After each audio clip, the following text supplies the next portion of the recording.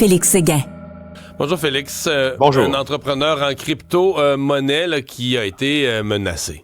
Un euphémisme, en fait. Oui, tout à fait. Montréal ne fait pas exception à plusieurs grandes villes sur la planète qui sont le théâtre de ces violations de domicile, de ces enlèvements parfois, de ces meurtres quand on va au bout de cette affaire-là concernant des entrepreneurs en crypto-monnaie. Alors voilà que ça survient aussi à Montréal.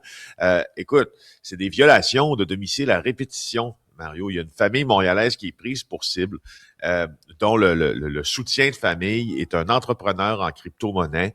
Un couple, ses 4 enfants ont dû même quitter leur maison où il y a eu 4 tentatives de violation de domicile cet hiver. Je vais te raconter comment ça s'est passé. C'est Olivier Fauché du Journal de Montréal qui dévoile cette histoire aujourd'hui. Alors, et ça s'est passé en quelques semaines. Hein? Alors, vers 19h30, il y a quelques jours, il y a un individu qui prétend être un livreur de colis qui se présente à la résidence familiale dans le sud-ouest de Montréal. L'occupant lui ouvre la porte et là, lui entre, mes 3 complices entrent ensuite. Et donc, quand la victime, dans ça, l'entrepreneur en crypto-monnaie est descendu du 2e étage, elle a été confrontée avec les suspects. Il y en a un qui aurait fait feu. Et c'est un autre suspect qui aurait été atteint à l'abdomen et non pas notre entrepreneur en crypto-monnaie. Donc, ce père de famille-là, rappelons, tout le monde est dans la maison. Quand ça commence à tirer du gun dans ta maison, ça va pas bien. Là. Il est chanceux dans sa malchance. Il n'a subi qu'une légère blessure au bras, pas causée par le coup de feu d'ailleurs. Et là, les bandits ont pris la suite en laissant des éléments de preuve. Les suspects sont originaires de la région de Toronto. Ils ne se connaissaient pas tous. Comme dans les affaires d'extorsion, ils ont accepté un contrat sur les réseaux sociaux qui ciblait cet homme-là. Il y a eu... Tu sais que moi, Vas-y. Un entrepreneur en crypto-monnaie, là, je sais pas ce que c'est. Alors, mais, un entrepreneur... écoute, tu peux rire de moi, là. Je connais pas grand-chose.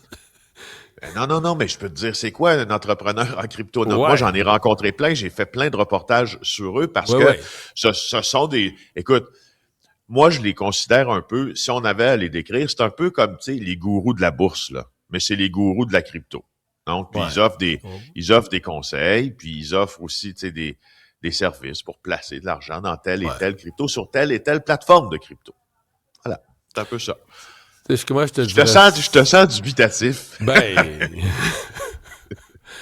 Regarde, on va résumer la discussion. C'est plus clair pour moi ce que fait un boulanger, là. Tu comprends? Il amène une bonne baguette de pain, là. Bon, OK. Il y a une limite à se promener à haute vitesse, surtout si c'est un gun à bord. Ben, écoute, je veux juste dire que tous les criminels ne sont pas égaux, tant dans leur façon de les commettre, leurs crimes, que leur intelligence. Il y a quelqu'un qui a été épinglé à 156 km/h sur la voie de service d'une autoroute à Laval. C'est d'autres automobilistes ou des résidents d'endroits qui ont appelé la police en disant « Hey, dans une zone de 70, roule trop vite. » Alors, justement, ils ont été appelés, ces policiers, vers 1h dans la nuit. Ils ont intercepté le fameux véhicule. Donc, le chauffeur a reçu un constat d'infraction. Ça coûte cher déjà, là. 1693 $, 18 points d'inaptitude. Mais ça a aussi mené à l'arrestation de cet homme-là parce qu'il avait avec lui une arme prohibée. Les criminels, tu sais, qui sont, entre guillemets, sérieux dans leur affaire, je peux te dire que s'ils ont soit de la marchandise illégale, des armes ou quoi que ce soit, tu les verras pas rouler à 160 sur la voie de service. On roule prudemment quand on veut pas se faire arrêter. Quand on veut pas avoir affaire à la police. C'est drôle à dire, Mario, mais suis le code de la sécurité routière si t'es armé. Merci, Félix.